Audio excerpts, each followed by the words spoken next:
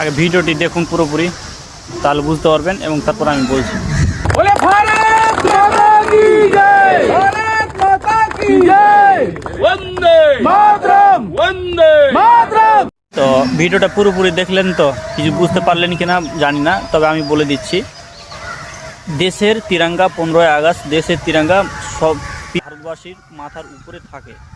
যে জিনিসকে আমরা স্যালুট করি, যে জিনিসটাকে আমরা স্বাধীনতার সময় সেটাকে আমরা নির্মিত করেছি, সেই জিনিসটাকে সেই সময়ে না উঠিয়ে নিজস্ব পার্টির ঝান্ডা সেই তিরঙ্গার মতো করে তাকে উঠাচ্ছে এবং তাকে সম্মান দিচ্ছে, মানছে, ঠিক আছে।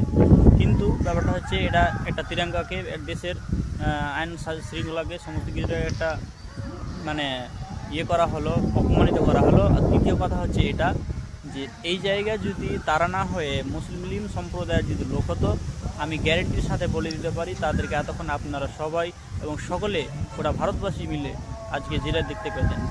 তা অবশ্যই আপনারা কমেন্ট করে জানিয়ে দেন যে আসলে তারা কাজটা ঠিক করেছে না ভুল করেছে।